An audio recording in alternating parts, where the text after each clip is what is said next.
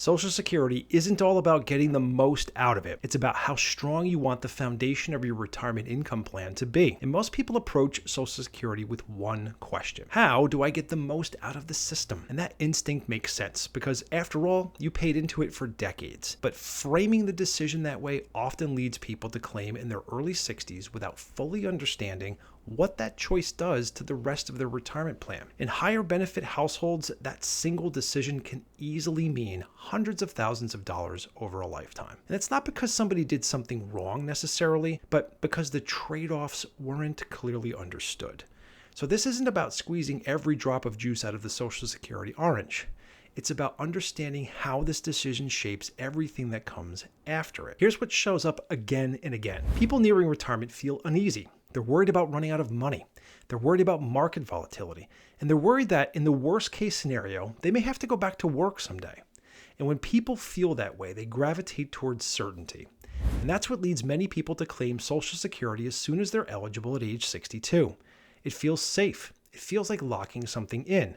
But what often goes unexamined is what that decision does to the rest of their plan. Because Social Security isn't just another income source.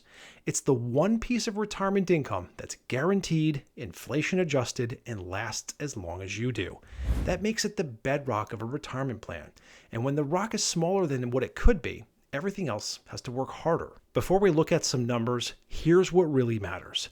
This decision isn't all about maximizing a lifetime benefit.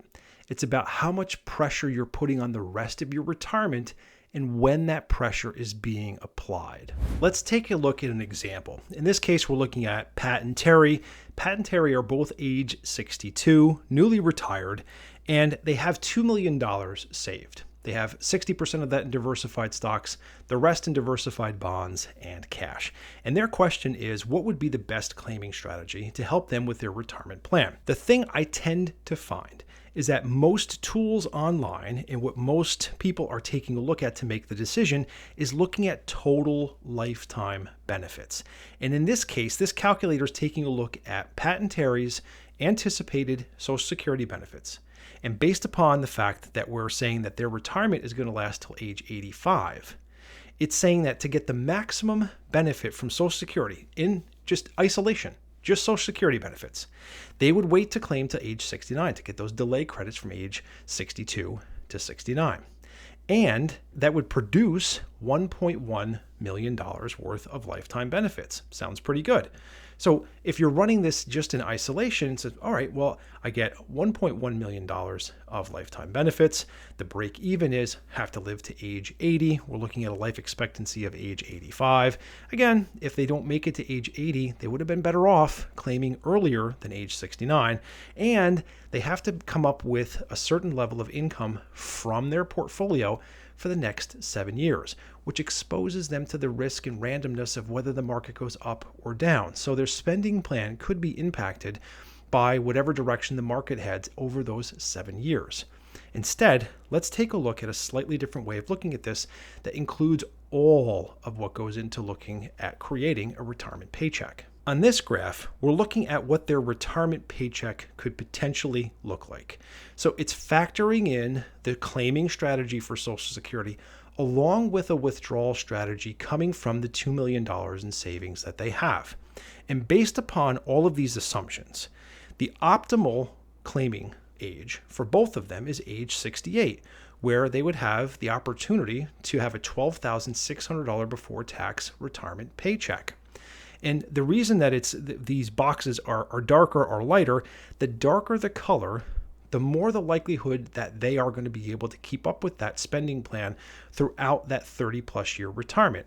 And it stands to reason because by delaying claiming Social Security to age 68, that greater benefit is taking up more of that monthly budget, and it's coming from guaranteed sources, which relieves the burden on their savings to make up the difference. You'll also notice that that number itself, actually, at $12,600, can be achieved if Terry were to claim at age 66 and Pat were to claim at age 65.